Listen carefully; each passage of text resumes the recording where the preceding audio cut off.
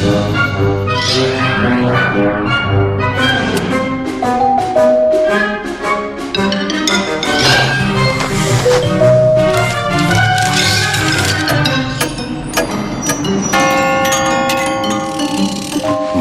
strašne priče. Recite mi, dragi moji, da li se plašite mraka? I ja sam se mnogo plašila mraka. Nekada. Toliko sam se plašila mraka da sam uz sebe držala baterijsku lampu celu noć. Sve dok jednog dana nisam čula bajku o sitnoj malenoj bubi koja se takođe mnogo plašila mraka, baš kao i vi. Nekada davno u mračnoj šumi živela je sitna mala buba, veoma obična buba. A šuma u kojoj je buba živela nije se razlikovala od ostalih šuma. Ali svako veče, kada se dan pretvara u noć, a šuma postajala veoma mračna, ta malena sitna buba je počinjala da se plaši. I jedne noći dok je sedela ispod lista i drhtala od straha, mala buba je videla kakva grozna čudovišta. Bilo je jedno sa dugim očnjacima i ustima velikim kao kofer. I bilo je još jedno sa oštrim kandžama koje su pokušavale da dohvate malu bubu. Kako se noć nastavljala, šuma je postajala strašnija i strašnija i mala buba se sve više plašila. Konačno, mala buba više nije mogla to da podnese i zaplakala je. O, plašim se! Mamice, molim te, mamice, u pomoć! Molim te, uključi svetlo! Sve životinje u šumi su se uplašile tog vriska. Polupospane i ne znajući šta se dešava, razbežale su se u svim pravcima. Mala buba je videla senke životinja kako jure po šumi. Još više se uplašila i vrisnula još glasnije. U pomoć! Ja umirem!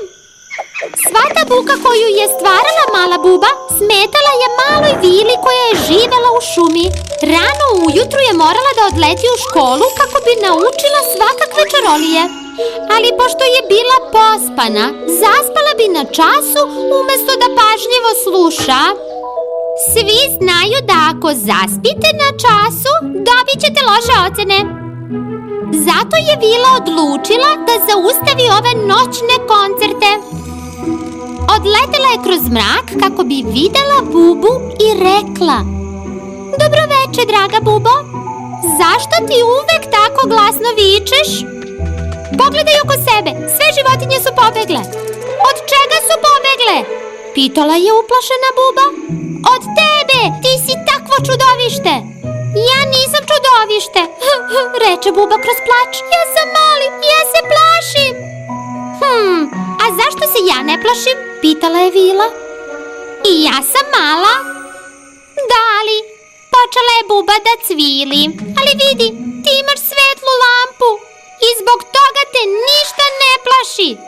Vila iz šume je rekla: Da, to je nezgodno. Morat ću da stvorim jednu malu svetiljku za tebe. Talas i jastuk jež. 1. Četka riba sunđer. 2. Sir paradajz šećerne kockice. 3. Hokus pokus svetiljko, uključi se. I bam! Umesto da ima svetiljku kao šumska vila, bubin rep je počeo da svetli. To se dešava kada ne slušaš pažljivo na času, pomislila je šumska vila.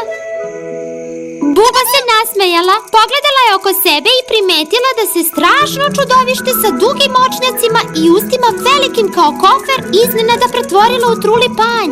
A na svetlosti bubinog repa čudovište sa oštrim kandžama izgledalo kao obično drvo smreke. Iznenada, svetleća buba je nešto shvatila. Tu nema ničega čega treba da se plaši. Svake noći bi uključila svoje svetlo na repu i letela cijele noći sve do jutra, a onda dremala bi preko dana. A šumska vila bi se taman pred odlazak na spavanje osmehnula i pogledala tu malu sjajnu zvezdu kako tako polako skakući sa grane na granu u tišini noći. Dobro, dragi moji, došlo je vreme da vam poželim laku noć. Ponekad može da izgleda kao da ste ugledali nešto u mraku, ali nema razloga da se plašite. Poslušajte moj savjet i budite srećni. Lakše se uči posle dobrog spavanja, najbolje je svetlo znanja.